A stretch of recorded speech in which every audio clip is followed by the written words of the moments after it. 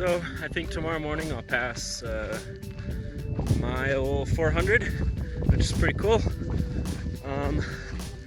And I was just at Mount Baden-Powell Peak, which I believe is the highest point of this trail so far. I don't even remember how high it was. It's about 10,000 feet or something. And man, has it been cold. I'm actually hiking in my jacket right now.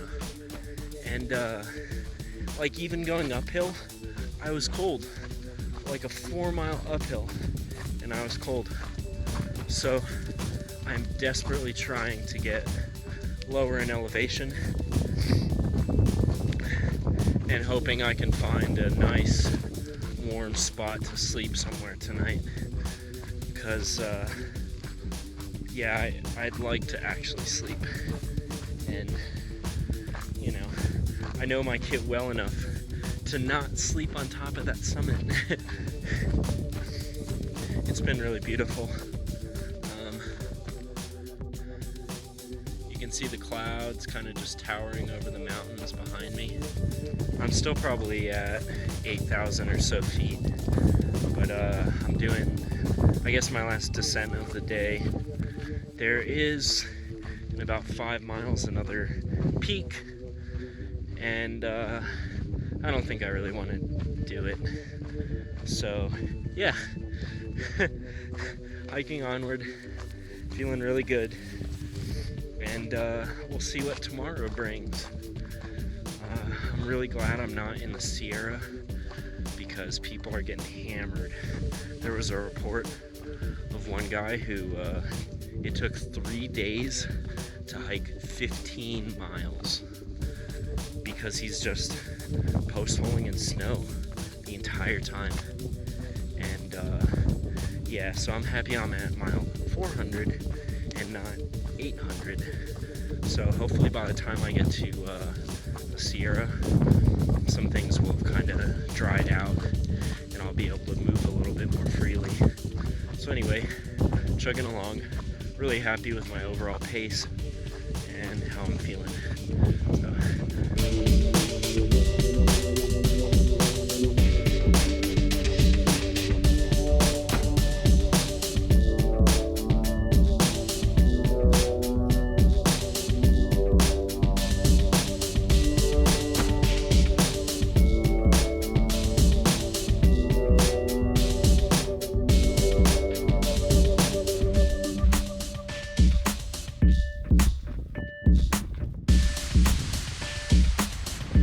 So lately it's been actually really cold. I've met a lot of hikers that said they woke up to their bottles being partially frozen.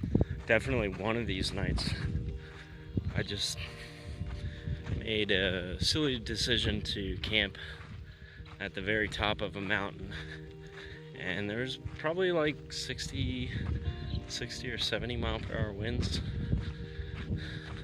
and that was a cold night. One night I just wrapped myself in my tarp like a burrito just for that extra layer where my body heat couldn't escape. Today and yesterday is hot. It is honestly not even as hot as it could be.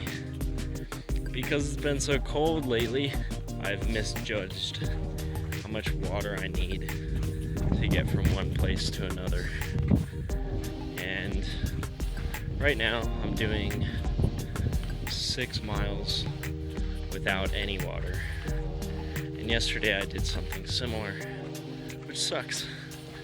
It really sucks. And this video is honestly just distracting me from those miles.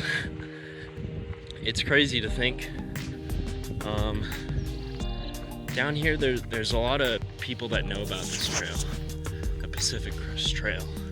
Thousands of us start every single year. I think this year it's upwards of 5,000 people started from the Mexican border attempting to make it all the way to Canada. That's crazy. People know this thing is here.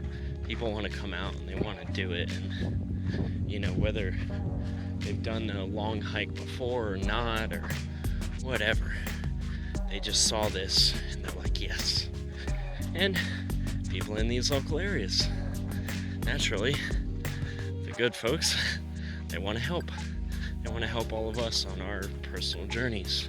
Anyway, one way these people help is by leaving water at road crossings.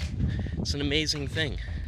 Probably the majority of the water I'm drinking out here is water left by kind folks in random places. Like, without them, there would be massive stretches without any natural water. It would probably be, at some points, I'm sure, close to 100 miles without water. Or basically, you would have to go from town to town, which can be, 30, 40, 50, 60, 70, 80 miles apart. When I did the Pinhoti Trail, they were going through one of the worst droughts in Alabama history. Every stream, every creek, every river, every spring I came across was dry. So what I wound up doing, every time I got to a road, I would go down that road, I'd walk it until I found a convenience store or gas station, which was sometimes quite a long ways. So just thank you to everyone that involves themselves with this trail, just by hiking on it, using it in any way. Thank you. So that helps protect these areas. If you don't use them, you lose them. But beyond that even, thank you to everyone that puts in time and effort and money and patience to help us. It is seriously appreciated. This section has actually been incredibly green, not necessarily looking like a desert so much anymore. I don't know if you can even see that, but anyway, I hope I'm getting a lot closer. Ugh, 6 miles is no water. Stupid decision.